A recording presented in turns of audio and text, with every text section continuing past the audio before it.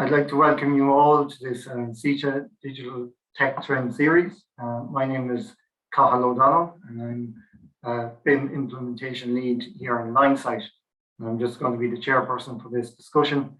Today we have some very interesting speakers on the call. I'm going to quickly introduce them. Our first speaker will be Sean O'Dwyer. He's from Procad, and he's joined by Jonathan Hand from Symetri. They are going to talk about their platforms, and I'll leave the discussion up to themselves. And we're just going to continue on with Pat Kirwan.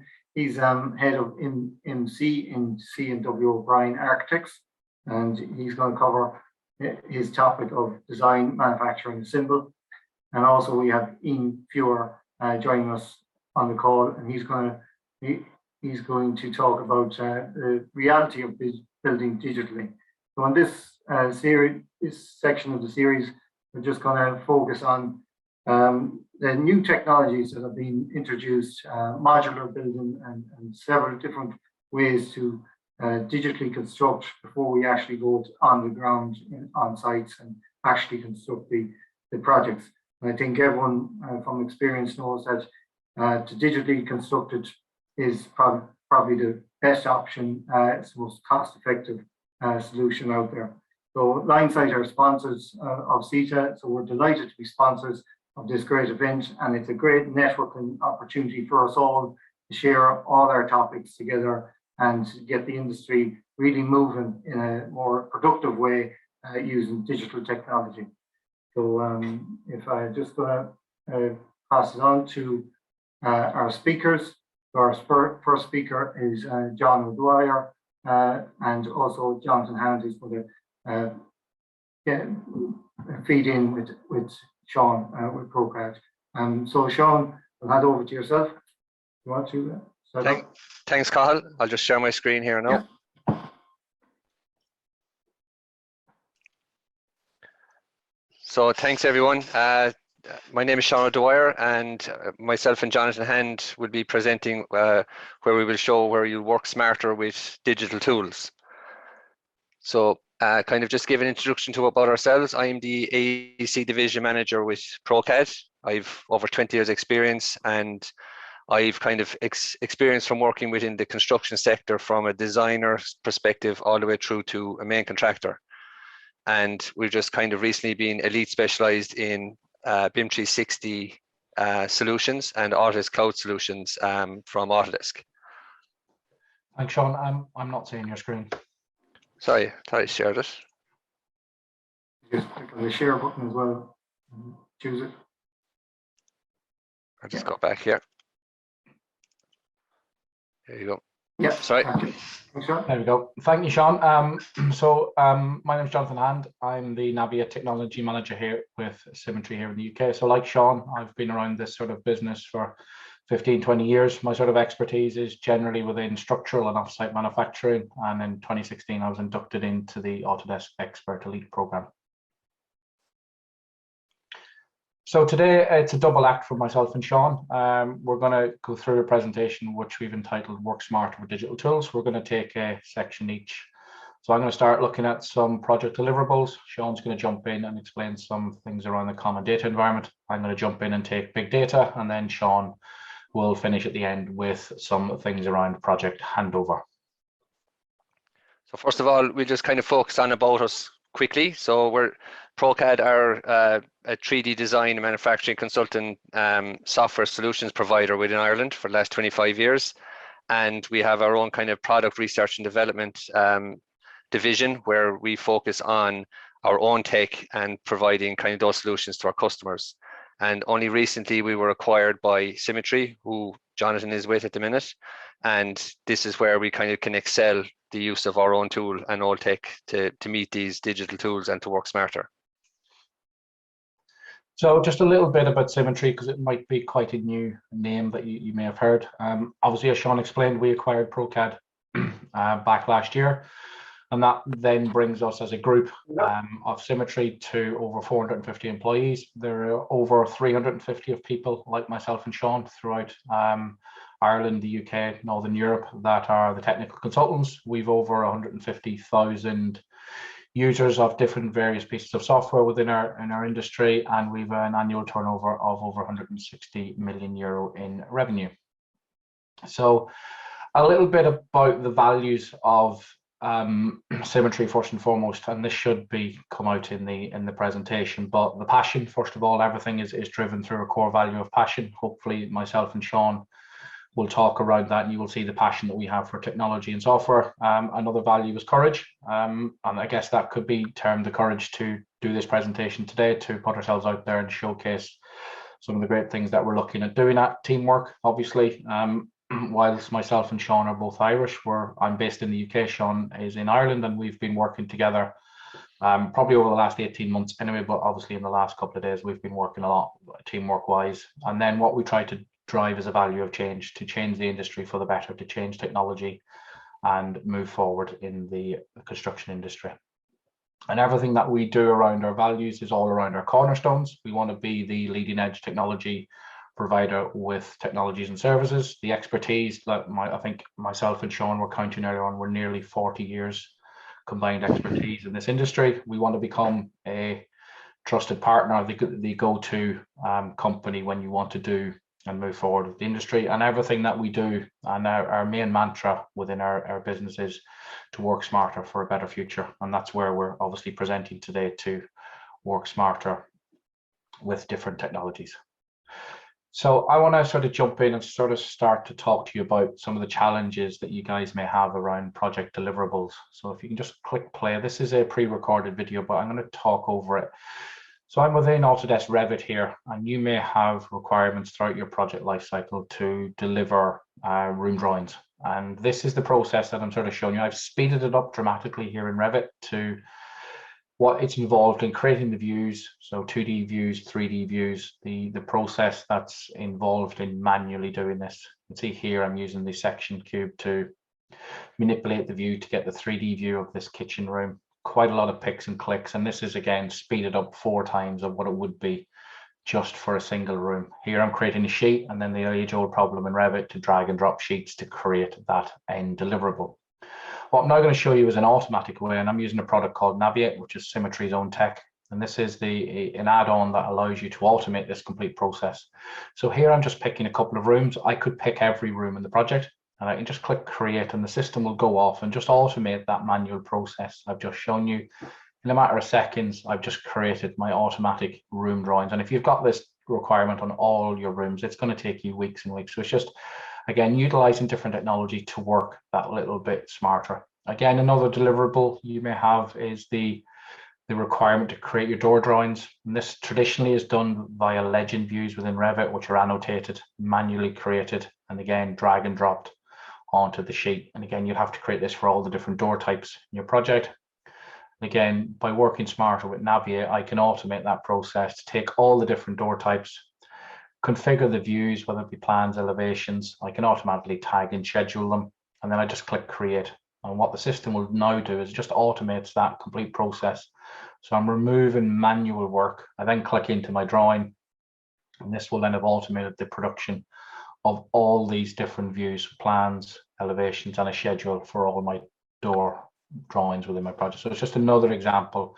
When you've got these deliverables which are repetitive and do take you hours and hours, you can automate this stuff by working smarter. Perfect. And kind of say, moving on from this, we have, like, say, you've been awarded a project from a design intent where all those room drawings and so on have been provided, and then you're finding out what is I need to provide a CDE to meet the project requirements. You need to say, is it ISO 19650 ready? Where can I host my RFIs and my submittals and so on? And also there's something like, where can these be viewed? Can they be viewed on mobile device and so on? So kind of to move on to that, then the current common data environments are kind of, they're fragmented. They're in their own isolated silos, and each person might not have the right information. And with the use of the Autodesk Construction Cloud, you have all of these embedded within one location that each role or discipline can have access to it. They also have access to through different phases of a project, be it from design all the way through to the operational phase. and they can have all their shared data in the one location. And the foundation stone of all of these is the docs environment. So if you're a contractor and you want to know where to host all my drawings, this is where you have your document control. It's ISO 19650 compliance, so that you have your file naming convention on it. Everything is version controlled, and also you can integrate your drawing approval process as well within it. Another feature of the ACC Cloud is the Collaborate, and Collaborate Pro, where you have your design collaboration, where everyone's working off the one model in a cloud environment. You've automated clash detection, issue creation and management. So everything is all tracked and managed within the CDE, and you have your document management portal where all your drawings are stored as well. You also have the build environment. So as part of your requirements on a project, you need to host your RFIs, submittals, have all your quality checks. All of these can be hosted within this build environment, and you can also track the costs as well associated with it. And again, as I keep mentioning, you're working smarter because all the files are stored within the document management platform of the CDE. Another feature as well is takeoff. So this is something that is only recently released. Is where you can start doing quantification on files that are up on the CDE. So you can check what quantities have changed. Are my estimates correct? Do I have the right scope analysis, and is everything classified in the right kind of system? So that's another feature that people are probably unaware of, that's within a common data environment within the ACC platform. Thanks, Sean. So the next sort of section I want to look at is big data, and this can come in many forms within a project lifecycle. So just click play, Sean. I'm going to look at the COBie side of things, and how we've traditionally worked with COBie is that we will create the COBie data within the Revit environment. We'll then export that out, set it up, and then create it out into a spreadsheet. And that would then form part of that handover package. So here I'm just sort of replicating that process of what sort of happens. We update the data, we then export it out, and then we take a look. And traditionally there'll be lots of things and areas where we've got inconsistent and blank data. And you can see here, just in the spaces alone, I've got no room tags. But we can use different technologies. And here again, I'm using Naviate, where we have the ability direct within the Revit environment to edit that schedule directly within the platform. So rather than into a Revit schedule, which is cumbersome, here we can load in content, we can select each individual cells. And again, this is still a little bit of a manual input, but it's still a lot quicker than doing it the native way within Revit. So here I can drag and drop, duplicate content, copy it. I can add different information in, and then simply clicking update values will then write that parameter change directly back within the Revit environment. But taking this a step further, where we really want to do is populate this missing metadata within the system. And within Naviate, I can automate set routines to concatenate parameter data effectively across my model, join it together to drive new parameter behavior, and automate the missing behavior effectively from your COBie lists.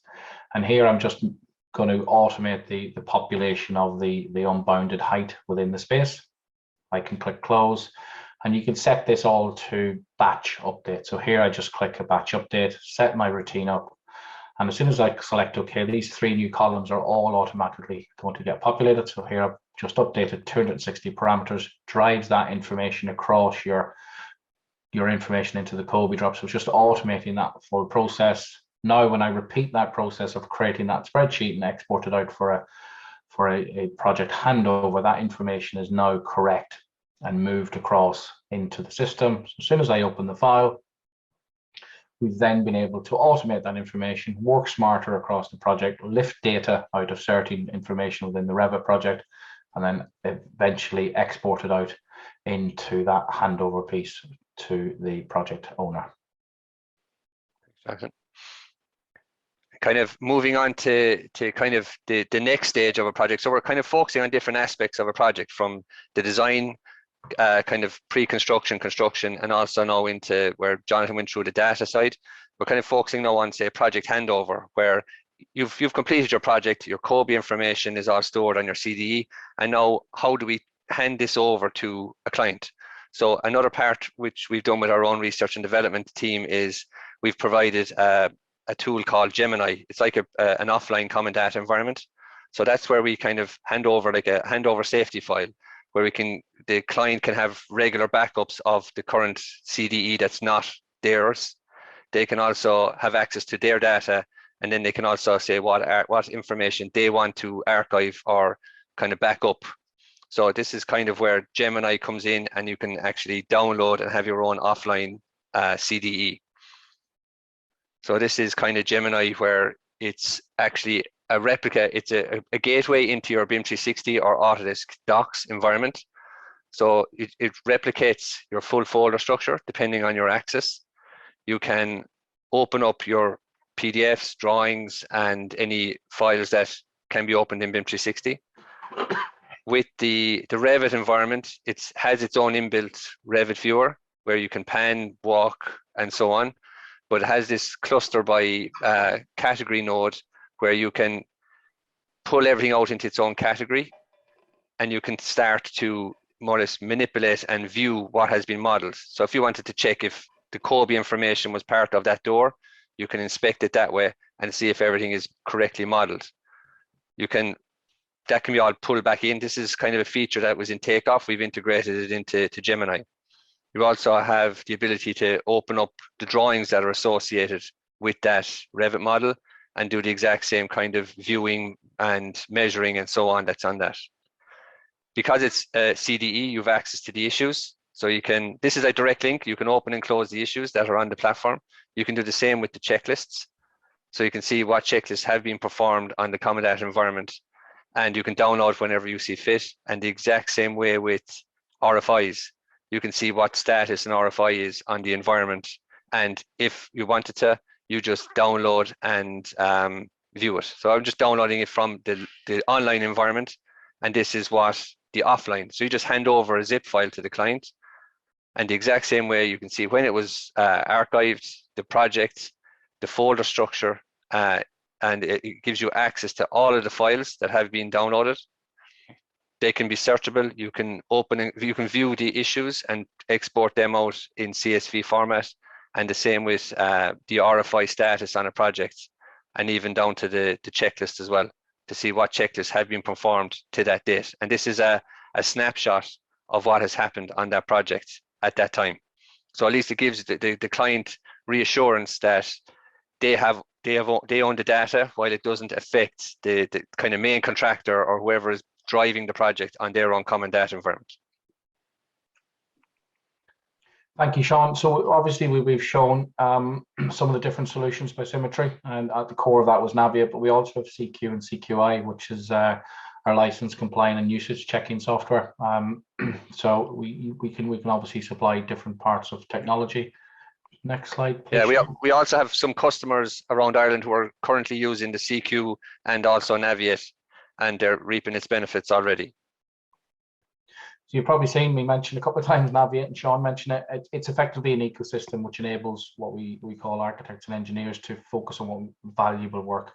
Yep. So it's fully integrated within the various different software packages, and it's designed to optimize workflow optimization and business continuity. And other ways that we can help, obviously, we do lots of different things from training, consulting, support. We also offer the productivity tools, which we've shown you, but we look at data management, compliance, IT, products and solutions, and then finally services and support around that whole IT infrastructure part of the business. So thank you, everyone. Thank you very much, guys. That was a great presentation. Thanks, Sean and Jonathan. Just one or two just quick things for myself. I think we all know how cumbersome the Kobe extraction can be, and the information inputs and having to populate those themselves is a huge benefit. And we have one or two questions coming in, which I'll ask at the very end. Yep. And the fact that you can possibly do organize your sheets and views used to be done through Dynamo, but that seems to be a very efficient way that you've done it, where you could maybe set up a plan and pack system. Yep. Where you'd have that seems very, very good. So anyways, we'll keep the questions to the end. I'm going to turn now to Pat Kirwan from W. O'Brien Architects. He's just going to walk us through his presentation. So Pat, if you can just share your screen. Thanks very much. Just pop in. Good afternoon, everybody. Thanks for joining. My name is Pat Kirwan. I'm head of MMC delivery at C&W O'Brien Architects. MMC being Modern Methods of Construction. Really just going to give a helicopter view of DFMA MMC today over the next 10-15 minutes, and it's just to bring a flavor to essentially trying to describe what DFMA is, the benefits of MMC, etc., and then as an industry, where are we going? If we look at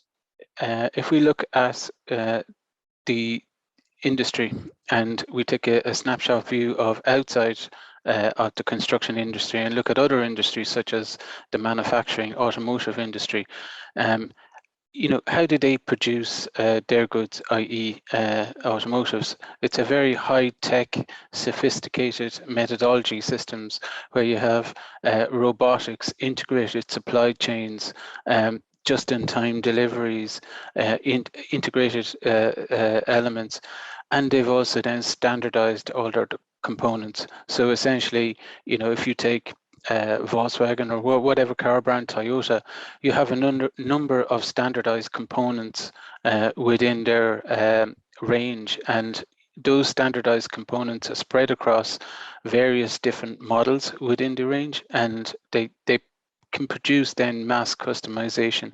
So essentially you've streamlined the process through standardization, but giving the capability of achieving mass customization using very high-tech systems, integrated technologies, robotics, etc. This is now beginning to kind of happen within the construction industry.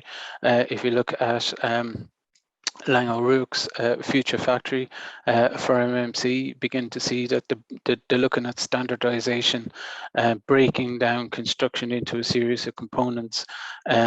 For example, as you can see in the image, maybe rebar and having standard sections of rebar, so that's rolled out across all projects, and it's not necessarily project specific. So it's coming back to that manufacturing process of the automotive industry, and then that lends itself to modern methods of construction. So what are modern methods of construction? Well, essentially it's a broad term used to describe off-site manufacturing and on-site techniques that provide alternative construction methodologies to traditional building methods. In the UK, they've begun to categorize various forms of construction. They're talking about volumetric modular construction as category 1, precast concrete or CLT timber sections category 3, right up to category 7, which would be looking at on-site encapsulation. So essentially building a manufacturing facility on site and then moving all of the construction activities within that environment. An example as shown in the image would be the jump factory by Mace in the former Olympic Village in London. So you know, when we look at modern methods of construction, we look at the various benefits that modern methods of construction can bring: improved productivity, improved quality, sustainability, health and safety, and all of that. And if you backdrop that within the context of the construction industry, very poor levels of productivity. The Irish construction industry in the Irish economy is one of the worst performing sectors of the economy in terms of productivity. So there's a need there in order to increase productivity, to push on increased levels of output within the sector, particularly in housing.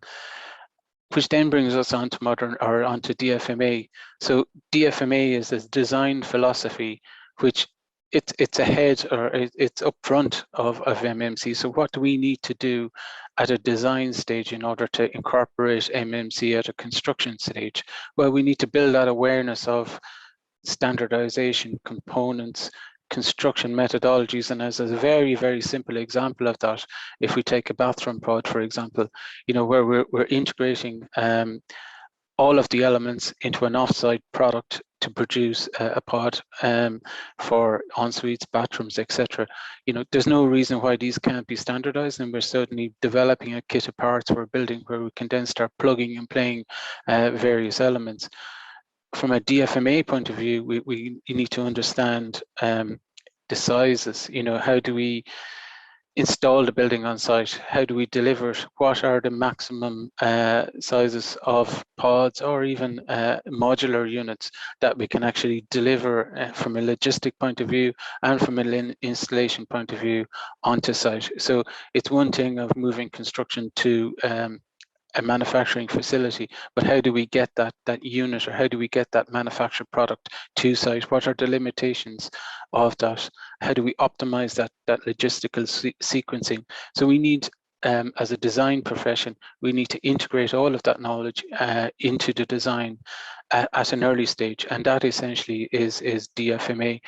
But again, it could be looked at as a more holistic view. It's not just understanding the limitations of sizes of pods or whatever particular requirements in terms of logistics.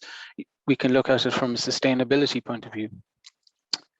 Typically, within the industry, they have 39% of all carbon emissions relates to the built environment globally.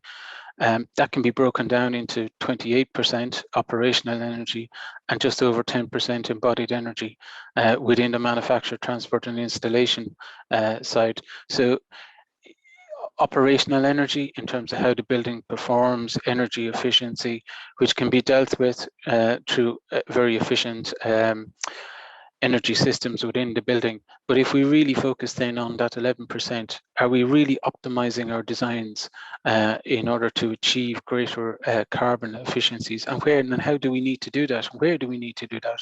Where are the opportunities to arrive at that? We all know that we have a severe housing crisis. So if we look at the opportunity to reduce carbon, embodied carbon, the World Green Building Council, well, the best solution isn't to build nothing. We can't really do that. In fact, we need to build more, and we need to build significantly more infrastructure. We need to, in order to really target those efficiencies, we need to build clever and efficiently. And at the early design stage, that's when the key is. Particularly when you look across at the life cycle of a building, and you see here at design stage, the design decisions that we make at that stage influence, the raw material usage. It influences how those products are manufactured, because obviously we're specifying particular products, the processing, all of that. So at design stage, we have a responsibility to design efficiently and actually build that awareness into that design phase. What are we specifying? What are the impacts of what we're specifying? And then as we move forward through the life cycle and we look at reuse and adaptability, when you're moving to modern methods of construction, standardized methodologies, can we bring that? Can we decommission the building piece by piece? Can we reuse certain elements? What elements can we use? What are the impacts? So there's significant design decisions there that need to be made. And in traditional processes, if you look at a traditional form of contract, that form of contract in a way creates silos. So the design team are working in isolation to the contractors, and they're not being able to make design decisions based on actual real world performing values of construction, understanding what are the impacts on the supply chain, where is the constraints to the supply chain, what are the impacts of embodied carbon, etc. So now we're saying, do we need to move to a more integrated approach to delivery, where we're bringing that design construction knowledge up front? We're integrating specialist contractors, suppliers into the early design stage in order to make more informed decisions, optimizing our designs to maximize the opportunities for modern methods of construction. That's no longer saying that we design traditionally, we design in a very traditional form of contract. Yeah, we'll do it in BIM, but we're not really reaping the benefits then when we get to construction. So now do we need more integration? And that opens up a whole other series of questions in terms of the approaches to project delivery, project financing. When we start bringing in modern methods of construction, it actually changes the financing model of the project. You need more upfront finance costs as opposed to traditional methods where it's spread out across the construction project. If we do this in context of digital workflows, similar to what the guys were showing earlier, you know, and we're talking about digital twins. So now do we need to start developing digital twins at the concept stage? And what do those digital twins need to contain? What data do we need to bring in? Do we need to start looking at integrating systems? So for instance, the Irish Green Building Council have developed a database for embodied carbon for Irish materials. So now do we need to start bringing in, linking those databases into our digital twins, whilst we're working in an environment with specialist contractors, detailed information, what level of information do we need to incorporate at design stage in order to optimize the manufacturing process? You know, what level of coordination do we need to do? Equally, then you can look at it from a procurement contractual point of view. If we're bringing all this specialist knowledge on board, can we then start costing based on digital twins? What does it actually mean to our digital workflows? We've seen there in terms of automation, optimization of workflows. You know, can we bring that forward? That we suddenly standardized certain methods of construction, certain components, so then we can start forming those together and making more efficient deliveries in terms of documentation, etc. So it frees up all of the time then for more decision making, more informed design making, etc. So, you know, the concept of having a digital twin at concept stage in a design process, which is then beginning to inform right through the design phase. Just jumping very briefly onto a piece of research that I carried out as part of my own master's last year, we're looking at the barriers to adoption of MMC. Number one barrier identified was the lack of knowledge and experience. You know, when we're talking about digital workflows, I'm talking about manufacturing processes, integrating all of that at design stage. We need significant upskilling, and not just in MMC, but sustainability, digital workflows, etc. So all of those, you know, we need to tease out all of those and then start really actioning and developing that, which then kind of leads on to what's happening in the industry at the moment. Well, there's significant change happening. It's a significant time in the construction industry in Ireland. We're about to undergo a significant change in how we design, how we construct, and how we deliver buildings. There's a report carried out by the CIF under the MMC pillar of the construction sector group, which I sit on, and that identifies the need for modern methods of construction. It also identifies the need for a new demonstration and innovation park, which will then be a testbed and an ecosystem for fostering that manufacturing process within Ireland. There's a detailed description of needs that was carried out by Enterprise Ireland and EY Consulting, which now beginning to inform a new digital construction an MMC technology centre, which actually there's an open call for submissions and closing next week. So now we'll have a research-based facility in the next number of months that will really begin to tease out digital workflows, modern methods of construction, DFMA, which will then feed back within the industry into the innovation part.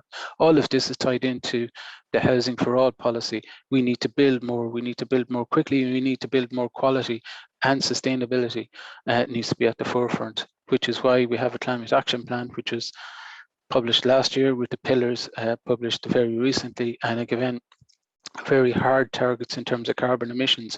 And if we look back at that 11% embodied carbon within the act of design and manufacturing, we need to really target that. And then we need to have the skills, the resources, the knowledge, and the digital platforms in order to deliver. So essentially, that's me in a nutshell in terms of DFMA. Thanks for listening. Thanks very much, Pat. And I think that's really highlighted where the industry is going. So it's really informative. Just a quick notes on it that I took during it. The need for modular construction, that seems to be one of the key asks these days across the industry.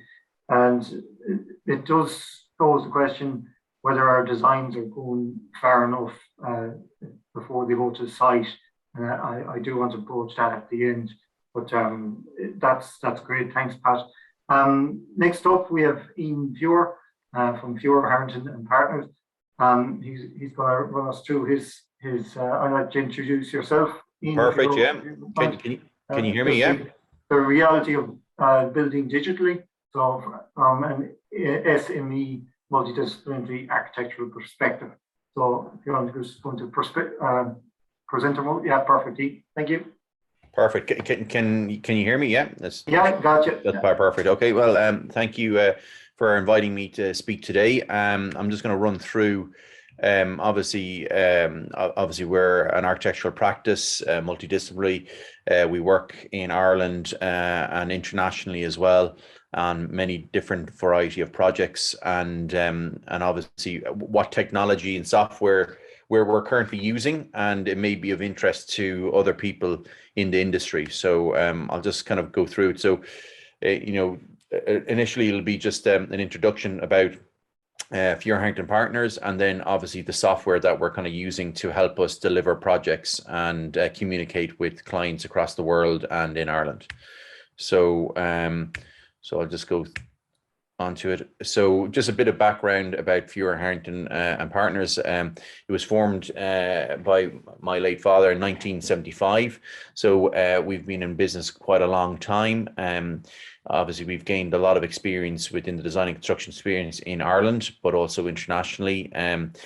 We've also done some kind of landmark projects across 5 continents, from the Middle East to America to even Asia and Australia. We've also been in construction design partnerships with many major multinational blue chip companies, which you'll see in a second, which I'll go through some of our client list, and then obviously involved in very large projects in the Middle East for the Saudi government and different government departments out there.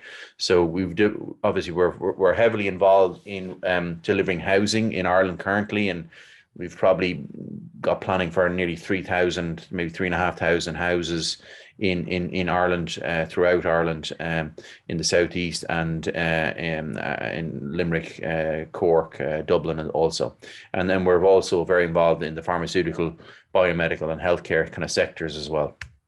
So just and this is just to kind of give a kind of a stage in terms of our client base and who we're dealing with, and how, I'll get into digitally how we're working with these clients.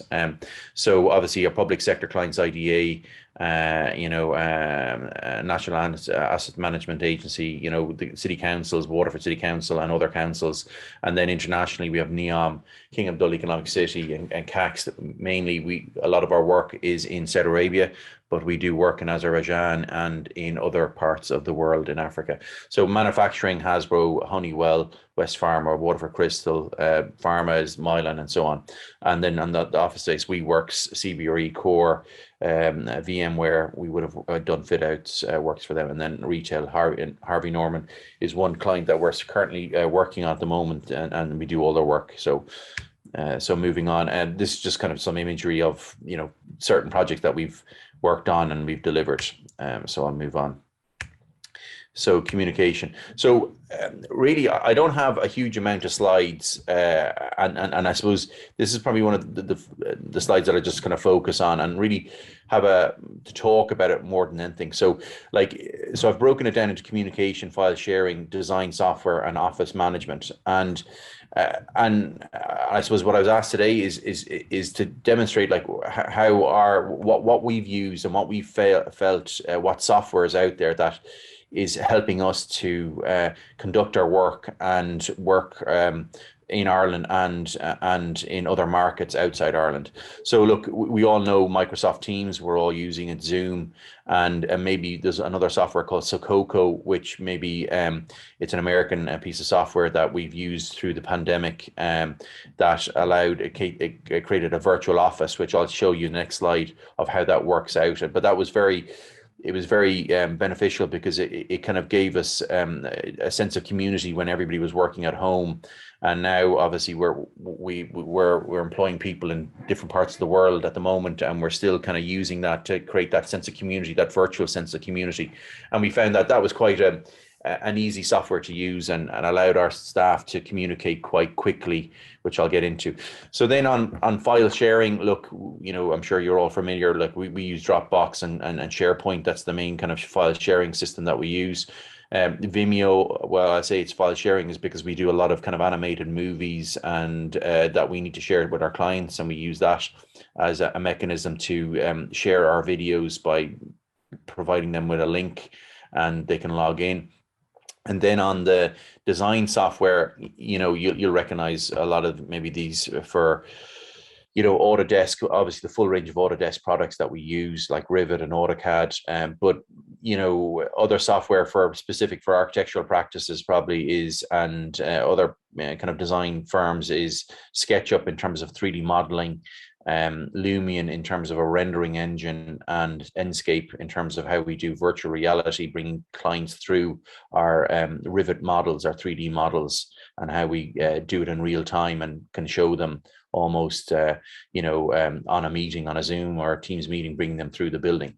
So, it really allows us. And then moving on to office management kind of software, CMAP, Sage Core Time, Deltec, and Smart Office. We obviously we don't use all of these. But we've examined using these softwares. And we did have Sage Core Time for a while, which was a great way to time sheets and record time and manage projects, and it was fine. But we felt that over time, I suppose we kind of moved away because we wanted something a bit more simpler. So we looked at CMAPs and Deltec that provided very comprehensive solutions. But at the same time, there's a price range that we wanted to keep to. We didn't need all this functionality.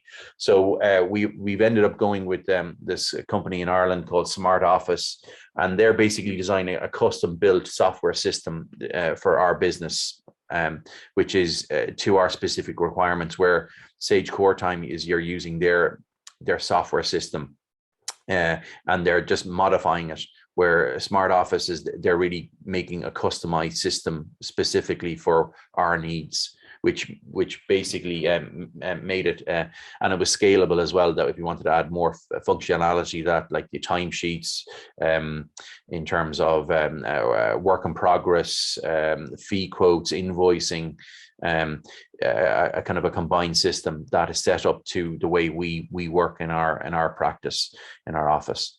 So that kind of gives you kind of an idea in terms of they're the software that we're using at the moment. And I'll just go onto the next slide, which is Sococo, which we use quite extensively during the pandemic. And what it does, it's a virtual office. You have everybody logs on in the morning and everybody has an icon, and you see, it's almost like you look into this and you can see who's in the office and if they're available, not available, and how you communicate. It's very simple. It's there's a number of spaces which are kind of rooms that as soon as you enter that room, you can talk to anybody in that room, and you can immediately go on video and sharing presentation, doing video or just voice, or sharing your share screen. You can also link this into Microsoft Teams very easily, and also a Vimeo. So this was something that I had a friend in the States, and I was asking how they were doing it, and he put me in this direction. But look, I think in the current kind of climate, we've all businesses have changed forever. And I think many businesses are probably going to look at resourcing issues at the moment, and they will now consider employing people abroad in different markets. We're currently engaged some staff in Turkey, some staff in Mexico, some staff in Australia at the moment, which we are brought on, and we're using this platform to communicate and create this kind of office environment where people have they see who's in the office, and they create these kind of, and we encourage people to kind of to go into the canteen and this and start, if someone's in there, to break up a conversation or to start a conversation with someone in Ireland if they're in Australia, and the time zone. So it's what's the fundamental change in terms of what's really helped our business, and really the pandemic has really expanded our horizons in terms of how we can grow our business going forward, and how we can staff our business going forward, that we're not limited to Ireland anymore. We've got the systems in place, we've got the software there and people are familiar in how to use it across the world, so we can really scale up. And we're doing some exciting work in the Middle East at the moment. And as I said to you, we're doing it from our office in Waterford. And it just shows, I think, a lot of companies in Ireland will be working the same way, where you'll be working with lots of teams around the world and delivering projects internationally and at home in the Irish market.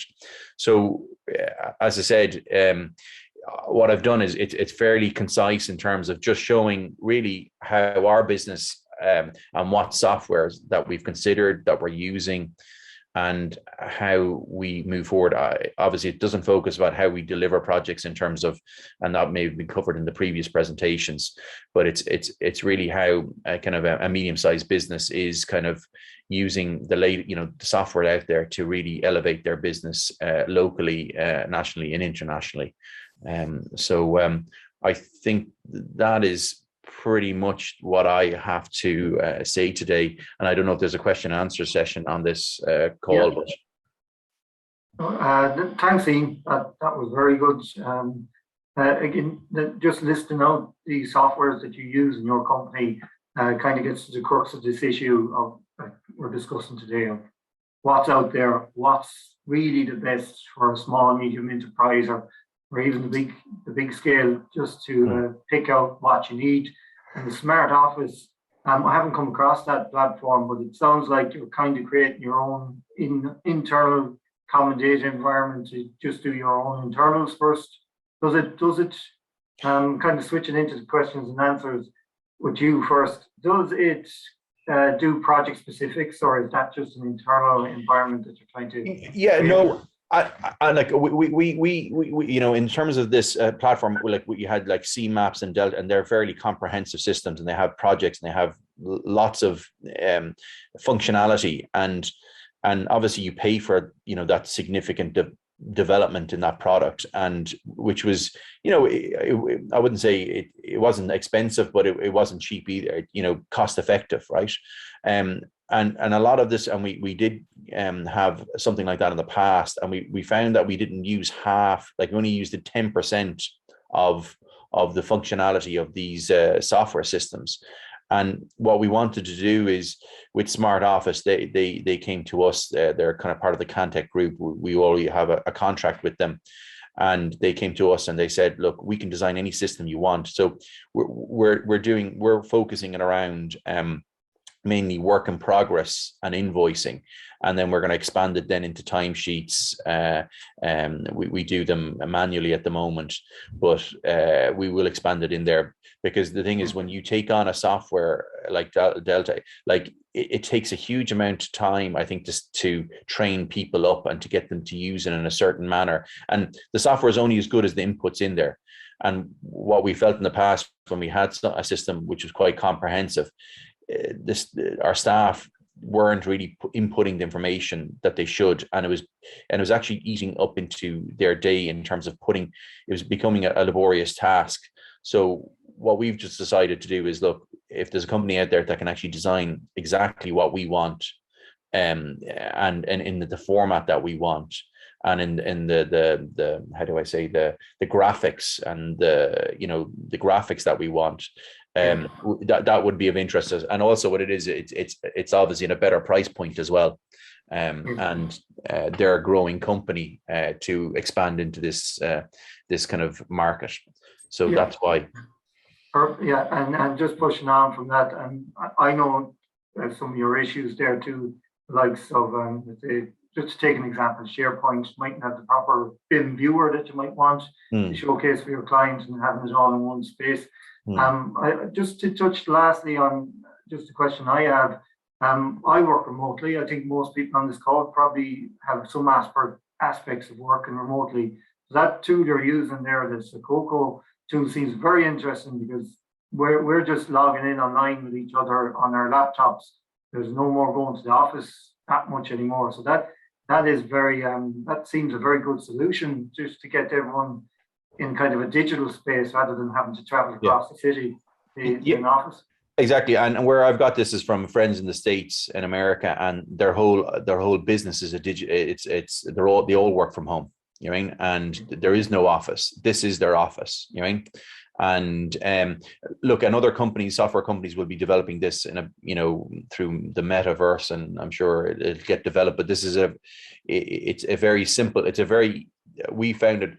I gave to my staff, and within a day, showing there's some tutorial videos there that you can look on YouTube, and within an hour, people know how to use it, and also there's a sense of when you in the morning when everybody arrives to work at 9 o'clock, you can see people popping into this office, and I don't know. There's a sense that you feel that there's, you know, I want to go and talk to Tony in this room, and you know he's there, so you just walk in and you just have a conversation with him. You know he's there. You don't have to. It's just very fluid and very easy. Yeah, no, there has been a disconnect, I'd say, from that. Lots of people like that social aspect of actually knowing you're there beside them in the office, or you can go just walk in and talk to them. So this sounds like a digital solution for that. So I do, thanks for that, Ian. I'm going to push on now. I just want to ask the rest of the speakers some questions. I'll go back to yourself, Pat, if you wouldn't mind. Your presentation is very, very, very informative. Your modular aspects of your construction, when I hear that kind of modular aspect, it always pushes me towards this better be pinpoint perfect in a digital way, or at least have all your ducks in a row before you go creating something off-site. And even trying to get that to, you know, you might create it off-site. How do you kind of confirm that when it does reach the site, it's going to fit, it's going to be right, it's going to meet the requirements? Could you elaborate a little bit and just kind of maybe focus on it? Yeah, sure. I suppose that, you know, when you talk about modular, in a way we can talk about MMC, and even the word modular, you look at maybe volumetric modular, where you're bringing in kind of pods or whole bedroom pods, apartment pods, whatever it is. You know, you can start kind of at early concept stage. You can start building your massing model based on the sizes, the pod sizes, where do we need to go in terms of, you know, what I was talking about in terms of logistics, all of that, and then beginning to tease out those and look at the massing. You know, we can then build in digital workflows to automate that process. And a very good example of that, actually, a consultancy in the UK, Cast Consultancy, which is led by Mark Farmer of the Farmer Report, if anybody's familiar with that report in the UK, developed a software called Prism, where they've developed up concepts for housing, and it allows you to use real-world data from a volumetric modular point of view to begin to tease out the massing and the arrangement, and then look at say, for instance, daylight analysis into apartments and such, and then you can build on that as you go through then the design process.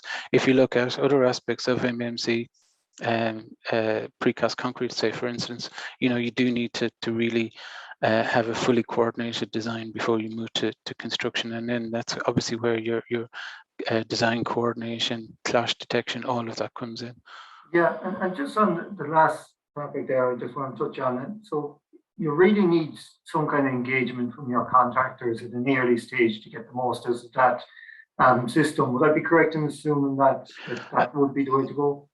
Absolutely. So I think, the modern methods of construction are not new in the industry at the moment. I think we can see that. We can see many buildings being built, certainly around Dublin city centre, where you have a lot precast concrete. But what mainly happening is we go out with a traditional design, then that's suddenly kind of taken on by a contractor, changed. It causes all sorts of design reiterations, modifications, and you're losing the benefits, in my view, in terms of productivity, because you're going back from an architectural point of view, trying to redesign a scheme to fit construction methodologies. Whereas if you actually change that, you bring the contractors in at the early stage, then you can get those cost optimum solutions and really address the issues. Yeah, that's great. And I'm just going to push on. I know we're limited for time. So Sean and Jonathan, I have a question in here from Eden. Can the presenters Symetri advise as software similar to Power BI, which can extract the data from COBE to allow a more user-friendly data pack for facilities management? COBE is excellent, but the volume of data can be on a very large scale. Thus, building managers, maintenance teams can find it very cumbersome. So that is an issue that we've all faced. Ask for everything, don't need it. Maybe you just need a manufacturer's name. Maybe it all has to be embedded in a model element. I'm assuming that's what Adrian's getting at. What's your opinions on the COBE side?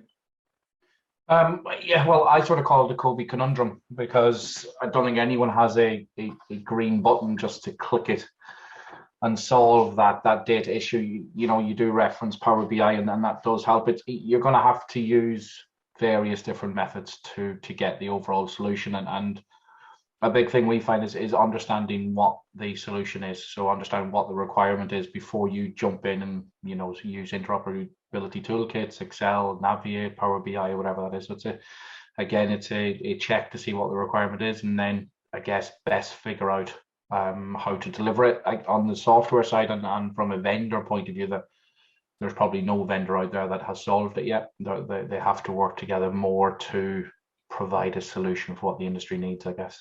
Yeah, I've always been of the opinion that maybe the suppliers should make BIM objects for everything that they develop and input the basic data that we need for facilities management. So when an architect like Pat or whoever downloads an object, it's all inbuilt already. I'm not sure why. But anyways, sorry. Sean, just a quick question for you as well. Small enterprises, what do you find is probably the best effective solution for people who don't have a huge amount of money? What's the key tools that they could purchase from your company or Autodesk or whoever? The kind of basic, I think, is to have kind of a good environment to storing all their files, and then you can build on that afterwards. And I kept mentioning in our presentation that the docs environment is like the foundation for a common data environment. It doesn't have to be something that you invite externals in. It could be just something that a company can have in place so that they can have one sole location for all their files. And then if they do need to share them externally, they can do it that way. That's just the foundation. Like, you could push that to its extremities if needs be. But as a small SME looking to start off on a BIM journey, just start off with a good common data environment and take it from there. And the basic modeling tools, or would it be? Well, they don't have to use it for modeling, to be honest. They could just have their PDFs, store them inside there. If they do get a model, they can upload it, view it, dimension it, and so on. They don't need to have the native software to the likes of Revit or whatever to open the files. They just have an environment that they can trust and actually use it properly. Yeah. Okay, so just get your toes in the water kind of thing. Ian, we have a question for you as well. Great presentation. Have you came across any software that would link cost changes on a project and automatically input the changes into a timesheet or dashboard? It's interesting. No, I haven't come across that in that where there's a cost change and then suddenly it appears on someone's timesheet, if that is the question. There's another kind of piece of software that called Workflowmax. I hadn't put it on the list, but that was another piece of software that that we looked at as well, and it was based, for architectural and engineering practices, which was quite good, and it was a bit more friendly for smaller, as a SME businesses. But no, nothing. I haven't seen anything that kind of links in cost changes on a job straight into a timesheet. No. No, so I can kind of broach that one. We deal with caustics, and we take in models, and we have to compare the models from version to version. So we attribute costs to model elements and caustics in hindsight, and that's how we track it. I don't know if that'll answer anyone's question there. No, I think I don't see any more questions. So thanks very much. I think we'll tie it up. It's 2 o'clock. Thanks very much to our presenters. Thanks very much to CitA. Again, we're very proud sponsors of CitA, and it's great to get all this information gathered together. And I think we've shown people on this call the best maybe solutions out there currently. You can go and you can contact any of the speakers. And thanks very much for watching. And see you next time, hopefully for another chapter in series. Thanks. Thank you. Bye.